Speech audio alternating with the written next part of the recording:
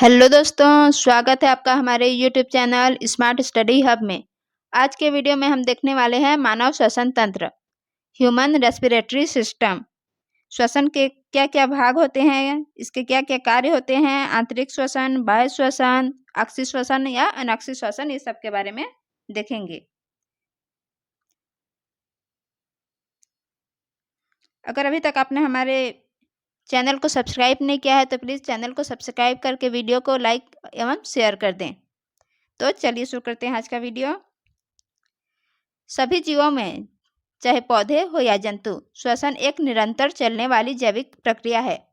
इसमें शरीर और वातावरण के बीच गैसीय आदान प्रदान होता है, जिसके लिए पौधों में रंध्र पाया जाता है, नलियाँ पाई जाती है, तो जंतुओं में गलफड़े और त्वचा पाया जाता है। हमारे शरीर में मुख्य रूप से 2 फेफड़े और श्वसन संबंधी नलियाँ पाई जाती है, जिसके माध्यम से गैसों का आदान प्रदान होता है। श्वसन की प्रक्रिया कैसी होती है, ये देखते हैं। श्वसन वायु और जीव कोशिका के बीच गैसीय विनिमय की प्रक्रिया होती है। कार्बन डाइऑक्साइड और ऑक्सीजन का आदान प्रदान जो पर्यावरण, रक्त और कोशिकाओं के मध्य होता है। श्वसन एक ऐसी प्रक्रिया होती है जिसमें भोजन के अणु का ऑक्सीकरण होता है और ऊर्जा प्राप्त होती है। ऐसी प्रक्रिया श्वसन प्रक्रिया कहलाती है। आमतौर पर सभी को पता है, मनुष्य ऑक्सीजन ग्रहण करता है और कार्बन डाइऑक्साइड छोड़ता है।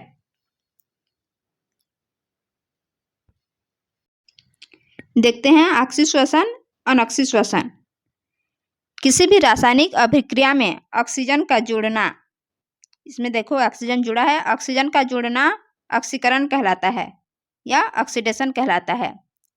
इसमें ग्लूकोज के साथ ऑक्सीजन की क्रिया कराई जा रही है, जिसे ग्लाइकोसिस कहते हैं। यहाँ O2, यहाँ गलती से O6 लिखा गया है, ये O2 है, सुधार लेंगे, ये O2 है। ग्लूकोज का ऑक्सीजन के साथ क्रिया कराते हैं तो उसके बाद CO2 निष्कासित हो रहा है। यहाँ O2 ग्रहण कर रहे हैं और CO2 निष्कासित हो रहा है। ग्लूकोज के साथ ऑक्सीजन की क्रिया कराना ग्लाइकोसिस कहलाता है। यहाँ O2 ग्रहण किया जा रहा है और इधर CO2 निष्कासित हो रहा है। अगला है अनक्षी श्वसन, जिसमें ऑक्सीजन के बिना ही क्रिया कराया जाता है, उसे अनक्षी श्वसन कहते हैं। ऑक्सीजन के बिना होने वाली क्रिया को किण्वन कहते हैं। इसमें ऑक्सीजन नहीं है, इसे किण्वन कहते हैं। ऑक्सीजन के बिना जो क्रिया हुई है, इसमें इथेनॉल बना है और कार्बन डाइऑक्साइड बाहर निकला है। इसमें 2 ATP ऊर्जा मुक्त होती है। इसमें 38 ATP ऊर्जा मुक्त होती है। अक्षि श्वसन में 38 ATP ऊर्जा मुक्त होती है। 38 ATP का मतलब 673 किलो कैलोरी। और इसमें 2 ATP ऊर्जा मुक्त होती है, जिसे 50 किलो कैलोरी भी कह सकते हैं। अब देखते हैं श्वसन के प्रकार। श्वसन 2 तरह से होता है। श्वसन के प्रकार को 2 भागों में बांटा गया है। एक अंतः श्वसन और दूसरा है बाह्य श्वसन। तो देखते हैं अंतः श्वसन क्या है। अंतः श्वसन की प्रक्रिया हमारे शरीर में कोशिका के माइटोकॉन्ड्रिया के अंदर होती है। इस प्रक्रिया को रासायनिक प्रक्रिया या केमिकल प्रोसेस भी कहते हैं। इस प्रक्रिया के दौरान ऊर्जा का उत्पादन एडिनोसिन ट्राइफॉस्फेट या ATP के रूप में होता है। इसमें यह ATP संचित रहता है। और बाह्य श्वसन में जो है ATP संचित नहीं रहता, यहाँ ऊर्जा खर्चा होती है। और अंतः श्वसन में ऊर्जा संचित रहती है। ATP को ऊर्जा मुद्रा भी कहते हैं। ये अंतः श्वसन में होती है और हमेशा संचित रहती है, इस कारण इसे ऊर्जा मुद्रा कहते हैं। अब बाह्य श्वसन। बाह्य श्वसन की प्रक्रिया फेफड़ों और बाहरी वातावरण में होती है, इसलिए इसे बाह्य श्वसन कहते हैं। इस प्रक्रिया को मैकेनिकल प्रक्रिया भी कहते हैं। इस प्रक्रिया के दौरान ऊर्जा खर्च होती है, क्योंकि बाहरी श्वसन लेते हैं, इस कारण ऊर्जा खर्च होती है। और ये क्रिया जो अंदर ही होते हैं, इस कारण से उसमें ऊर्जा की कोई खपत नहीं होती। ये डायग्राम देख सकते हैं श्वसन तंत्र का। यह है रेस्पिरेटरी सिस्टम। ये जो है नासाद्वार, इसे नोज या नोजल कैविटी भी कहते हैं। इसे नोजल कैविटी कहते हैं। इसे मुख गुहा को ओरल कैविटी कहते हैं। ग्रसनी को फेरिंग्स कहते हैं। ग्रसनी को फेरिंग्स। और ये कंठ है, कंठ को लैरिंग्स कहते हैं। इसी लैरिंग्स के कारण ही हमारे मुंह से जो आवाज आती है, ये लैरिंग्स के कारण ही आती है। और ये है श्वास नली, इसे ट्रैकिया कहते हैं। ट्रैकिया।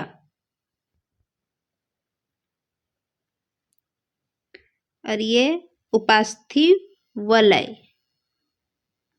कार्टिलेज कहते हैं इसे, कार्टिलेज। और ये फुफ्फुस, फेफड़ा, लंग्स, ये एक ही होती हैं। फुफ्फुस को लंग्स कहते हैं। और ये जो दिख रहा है चापाकार आकृति का, ये पसलियां होती है, जिसे रिब्स कहते हैं। और ये जो नीचे है गुंबद के आकार का, इसी को डायफ्राम कहते हैं। और इसमें जो छोटे छोटे बॉल की तरह दिख रहे हैं, गुब्बारे नुमा, इसे कुपिका कोष कहते हैं। ये बाहर दिखाया गया कुपिका, इसे एल्वियोलाई कहते हैं।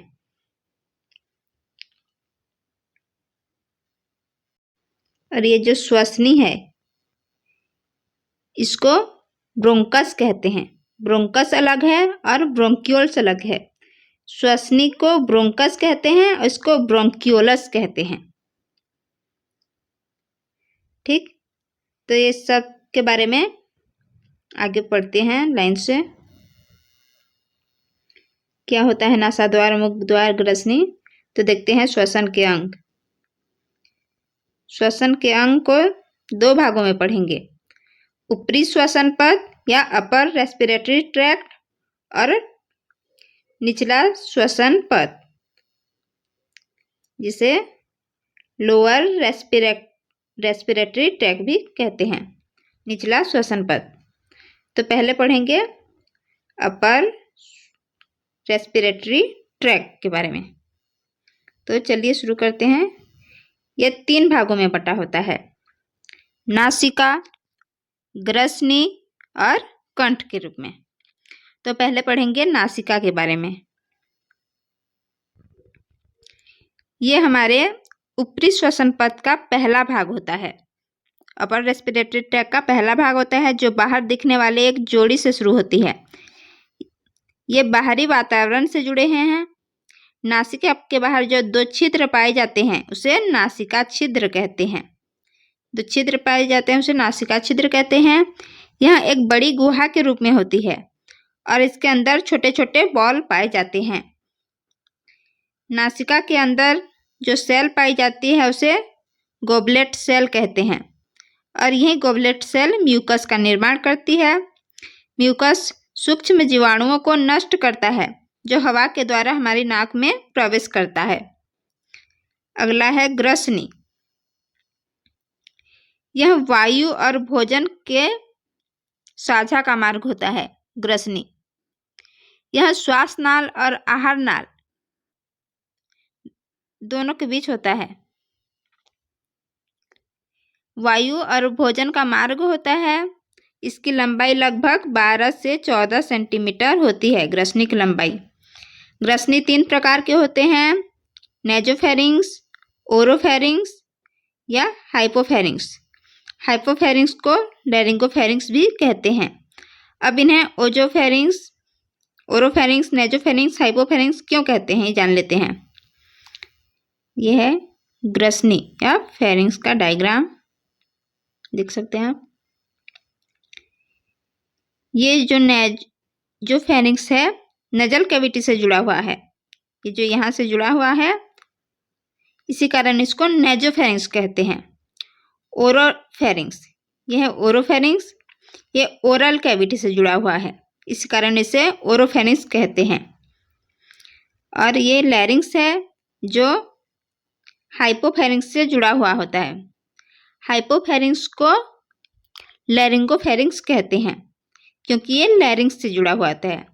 और यह है आइसोफेगस, जिसे ग्रास नली कहते हैं। और इसके नीचे जो ट्रैकिया है, इसे श्वास नली कहते हैं। अब आगे पढ़ते हैं लैरिंग्स के बारे में। लैरिंग्स, जिसे कंठ या स्वर यंत्र भी कहते हैं, यह है लैरिंग्स। लैरिंग्स, इसे स्वर यंत्र भी कहते हैं। यह सांस लेने बोलने में इसकी मुख्य भूमिका होती है। इसका मुख्य कार्य होता है भोजन को श्वास नली से अलग रखना। अगर भोजन श्वास नली में फंस जाए तो हमें बहुत परेशानी हो सकती है, खाना अटक सकता है, और कई बार होता भी है ऐसे। लैरिंग्स के ऊपर एपिग्लॉटिस पाया जाता है। जब भोजन अंदर जाता है तो यह श्वास नाल को बंद कर देता है, और जब हवा बाहर आती है तो यह आहार नाल को बंद कर देता है, ताकि भोजन बीच में न अटके। अगला है लैरिंग्स के भाग। लैरिंग्स भी 3 प्रकार के होते हैं: सुप्राग्लॉटिस, ग्लॉटिस, सबग्लॉटिस। तो देखते हैं लैरिंग्स। ये जो भाग होता है इसे सुप्राग्लॉटिस कहते हैं। सुप्राग्लॉटिस के ठीक नीचे ग्लॉटिस पाया जाता है, और ग्लॉटिस के नीचे सबग्लॉटिस पाया जाता है। ग्लॉटिस सुप्राग्लॉटिस और सबग्लॉटिस के बीच में पाया जाता है। अब आगे देखते हैं निचला श्वसन पथ, लोअर रेस्पिरेटरी ट्रैक्ट। इसके अंतर्गत हम देखेंगे श्वास नली, श्वसनी, श्वसनिका, कुपिका या फेफड़े। श्वास नली को हम ट्रैकिया,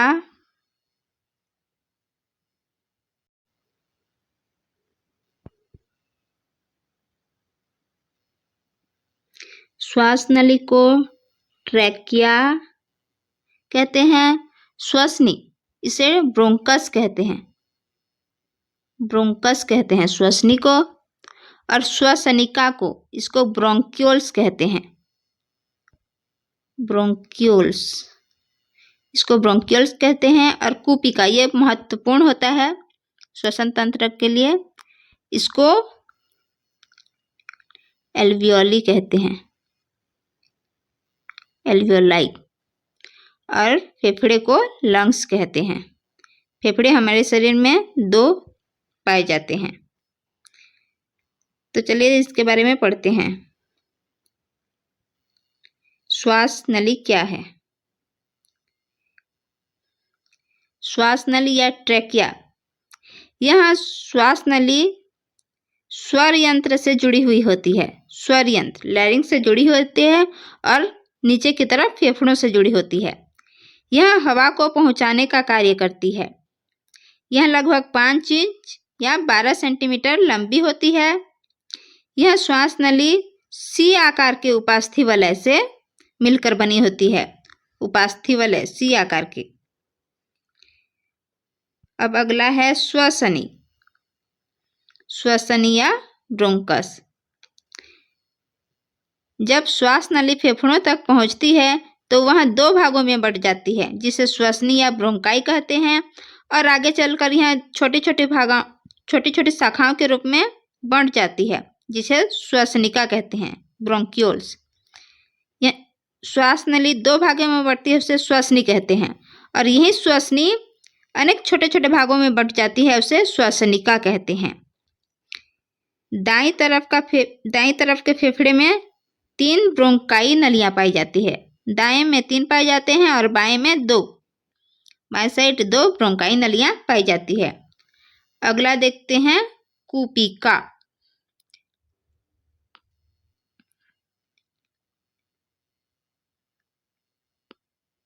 कुपिका, यह गुब्बारे जैसी संरचना होती है।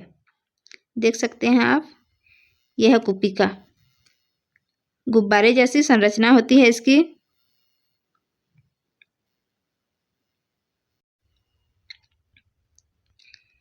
कुपिकाओं की संख्या फेफड़ों में एक तरफ 300 मिलियन होती है, लगभग 300 मिलियन होती है, और गैसों का विनिमय इन्हीं कुपिकाओं के कारण ही होता है।